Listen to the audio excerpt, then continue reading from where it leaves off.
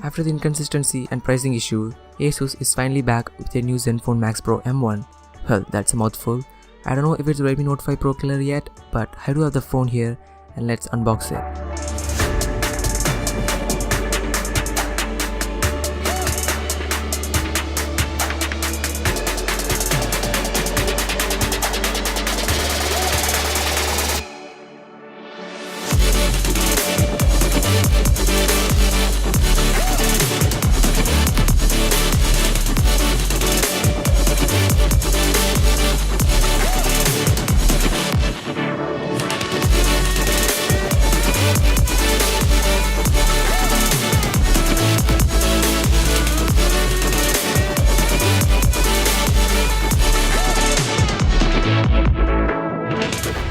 On paper, it does look like a Redmi Note 5 Pro killer, having Snapdragon 636, a 5000 mAh battery, a non-hybrid SIM slot, but specs don't always reflect the day-to-day performance.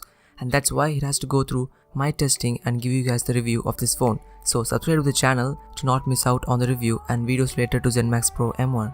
In the box, you get the phone, a charger and a cable. The charger is clearly not a fast charger as they claim it to be, and you also get an amplifier. Let's get to the physical overview of this phone. On the back, it's got dual camera setup with 13 megapixel as primary camera and 5 megapixel for depth capturing and a fingerprint sensor.